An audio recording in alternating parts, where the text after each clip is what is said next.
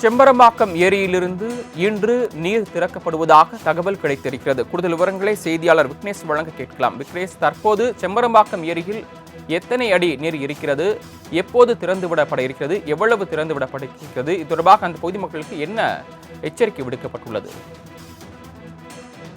வணக்கம் சரவணன். தொடர் மழையின் காரணமாக சென்னைக்கு குடிநீர் ஆதாரமாக விளங்கக்கூடிய முக்கிய ஏரியில் ஒன்றான செம்பரம்பாக்கம் ஏரி தற்போது அதன் முழு கொள்ளளவு எட்டக்கூடிய நிலையில் உள்ளது. அதாவது முழு கொள்ளளவான 24 அடியில் தற்போதைய நிறுவனத்தின்படி 23.29 அடியாக தற்போது நிரம்பி காட்சியளிக்கிறது. அதே போல் ஏரிக்கை நீர்வரத்தானது தொடர்ந்து அதிகரித்து வரக்கூடிய சூழலில் தற்போது 8 மணி அளவில் இந்த செம்பரம்பாக்கம் அணையில் இருந்து உபரி நீரானது திறக்கப்பட உள்ளது. அதாவது முதற்கட்டமாக 1000 கன அடி நீர் அணையிலிருந்து வெளியேற்ற அதிகாரிகள் திட்டம் தீட்டியுள்ளனர்.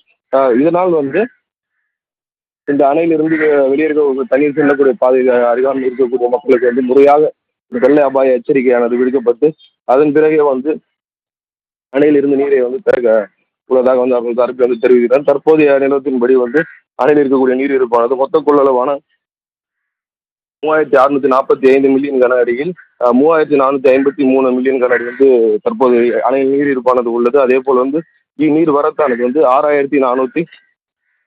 6498 கன அடி நீரானது தொடர்ந்து ஏரிக்கு கொண்டு இருப்பதால் இன்னும் ஒரு 2-3 மணி நேரத்திலேயே ஏரி முழு கொள்ளளவை எட்டக்கூடிய வாய்ப்பானது இருக்கிறது. அதனால் பாதுகாப்பான முறையில் முதற்கட்டமாக 1000 கன அடி நீரை வெளியேற்ற அதிகாரிகள் திட்டமிட்டிருக்கிறார். அதே போல் 10,000 கன அடி நீரை வெளியேற்றினாலும் கூட பாதுகாப்பாக போய் கடலில் கலப்பதற்கு கால்வாய்கள் சீரமைக்கப்பட்டு தயார் நிலையில் உள்ளதாக எந்த ஒரு பாதிப்பும் பொதுமக்களுக்கோ இல்லை கரையோரம் இருக்கக்கூடிய மக்களுக்கோ ஏற்படாத அளவிற்கு கால்வாய்கள் தயார் நிலையில் இருப்பதாக பொதுப்பணித்துறை அதிகாரிகள் தெரிவித்திருக்கிறாங்க.